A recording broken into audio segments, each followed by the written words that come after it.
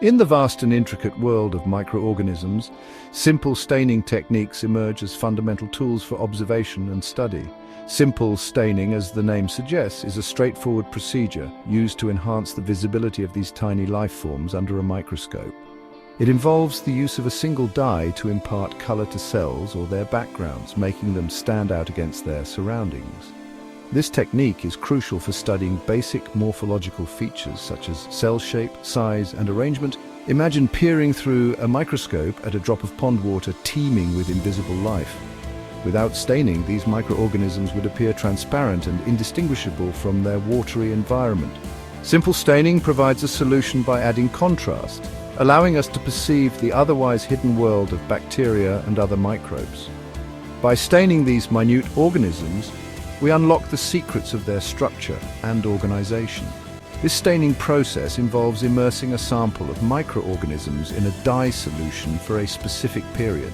The dye molecules then interact with the cells, either adhering to their surfaces or staining the background, depending on the type of staining employed. This interaction enhances contrast, making the otherwise transparent cells readily observable under a light microscope. This seemingly simple technique opens a window into the intricate world of microbes, allowing us to observe their diverse forms and arrangements. Direct staining, also known as positive staining, involves the use of basic dyes that have a positive charge. These dyes are attracted to the negatively charged components of microbial cells, such as the cell wall and cytoplasm. When a basic dye is applied to a bacterial smear, the positively charged dye molecules directly bind to the negatively charged cell structures. This interaction results in the cells being stained, while the background remains relatively colorless. One of the most commonly used basic dyes in direct staining is crystal violet. When applied to a bacterial smear, crystal violet imparts a vibrant purple color to the cells. This staining allows for the visualization of the characteristic shapes of bacteria, such as cocci, which are spherical, bacilli, which are rod-shaped, and spirilla, which are spiral-shaped. Another widely used basic dye is methylene blue. This dye stains bacterial cells a distinct blue color, enabling the observation of their size and arrangement. The results of direct staining are striking. Under the microscope, the stained cells appear in stark contrast to the clear background.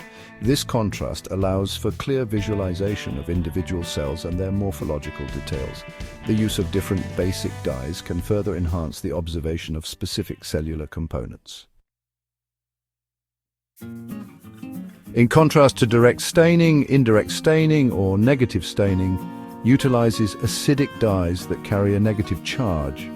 Instead of staining the cells themselves, these dyes are repelled by the negatively charged cell surfaces and instead stain the background.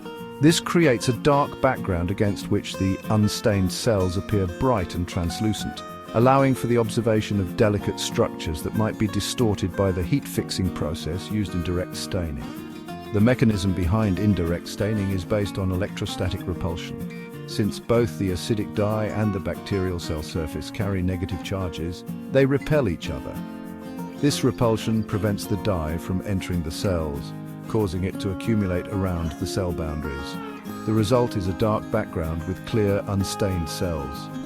Nigrosine and eosin are commonly employed acidic dyes in indirect staining. Nigrosine, a black dye, creates a dark background against which bacterial cells appear clear and well-defined.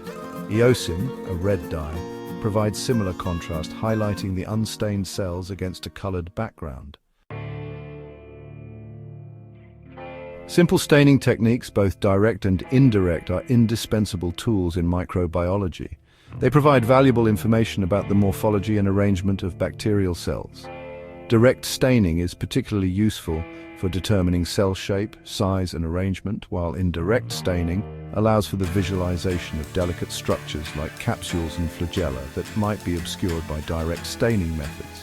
In medical settings, simple staining aids in the identification of bacteria in clinical specimens, which is crucial for diagnosing infections and guiding treatment decisions.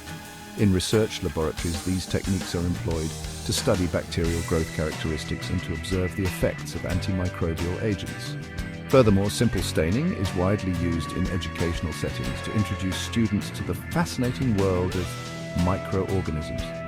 The ability to visualize and differentiate between different types of bacteria based on their staining properties is fundamental to understanding their roles in various ecosystems, including the human body. Simple staining, with its straightforward procedures and readily available dyes, remains an essential technique for exploring the hidden world of microorganisms and continues to play a vital role in advancing our understanding of these minute yet significant life forms.